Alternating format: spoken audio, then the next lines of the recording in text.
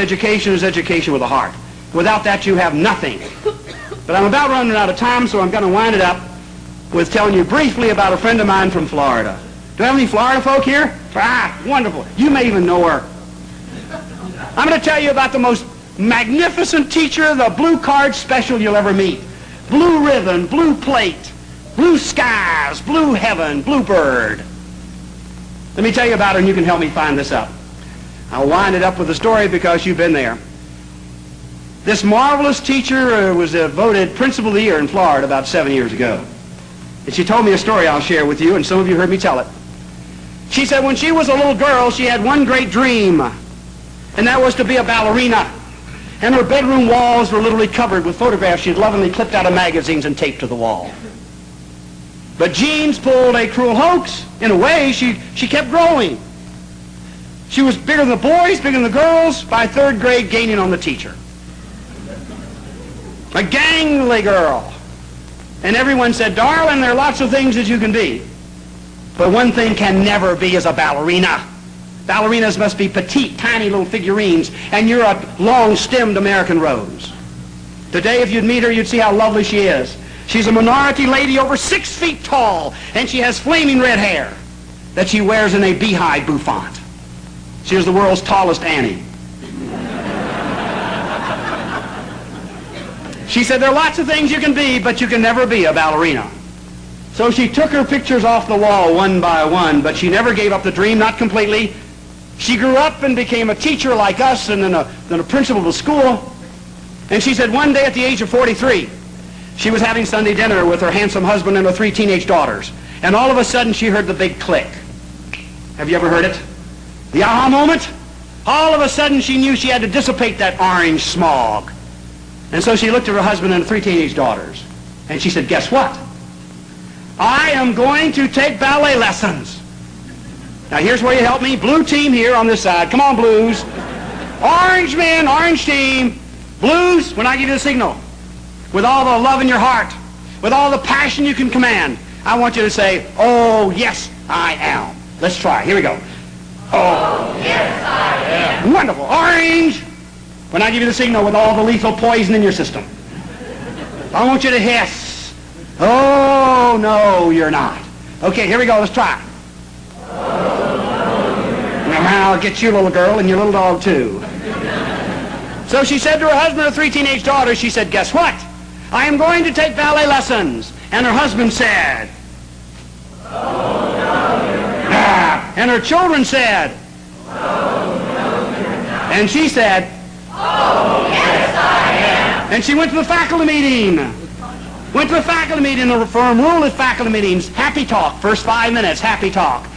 And finally came her time for happy talk. And when it came her time, she said, guess what? I am going to take ballet lessons. And all of her colleagues in unison said, oh, no, you're not. And she said, oh, yes, I am. Yeah. And so this 43-year-old, 6-foot-tall, red-headed elementary school principal went down to the dance studio. And up to the ballet master. Have you ever met a ballet master? Plie 1, plie 2. And very hopefully and shyly and unsurely and courageously she said, I would like to take ballet lessons. And to his eternal credit in heaven he said, well, come on in. We don't have a tutu to fit. But we will sew 2 tutus together. We will call them 4x4s.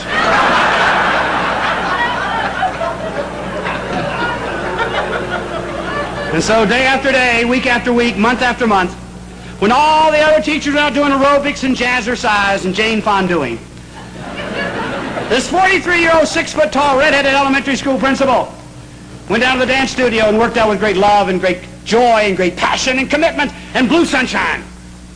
And then came the gut check. Do you know what the gut check is? That's when the Lord is going to grab either end of you and bend you mightily. See what he hath wrought. What have I wrought here? A challenge, a test, a hurt, called gut check. Bend you mightily and you will break. We all break. But some of us grow strongest in the broken places. And her gut check was the recital. And her husband said, and her kids said, and all of her colleagues said, and she said, "Oh, yes, I am." I have not marched this far to turn back now. I must risk my life to live it well.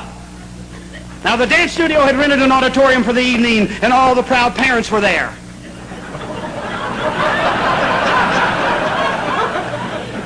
And the program began. And the little 2-year-olds and the 4s and the 6s, the 8s, the 10s, the juniors, the seniors, the advanced. And when all had danced, the house lights fell dim and the spotlight came on. And out of the wings came a 43-year-old, 6-foot-tall, red-headed elementary school principal, and she danced with great courage, great bravery. And later she said, "You know, William, I was the only one the whole evening that got the standing ovation." Blue sunshine, my friends, in a world that is continuously telling you what you're not. The hardest battle that you'll ever have to fight is to say, wait a minute now, wait a minute, I've only just begun. Though much is done, much is left to do. And the theme I gave you today is make your world a blue place and teach your children and boys and girls and student teachers how to do it.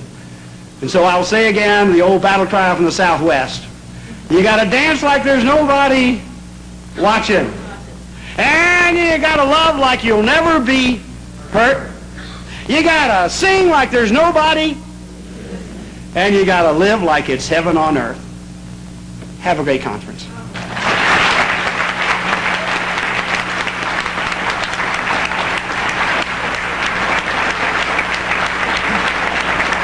I just have to ask one question. What color has this session been?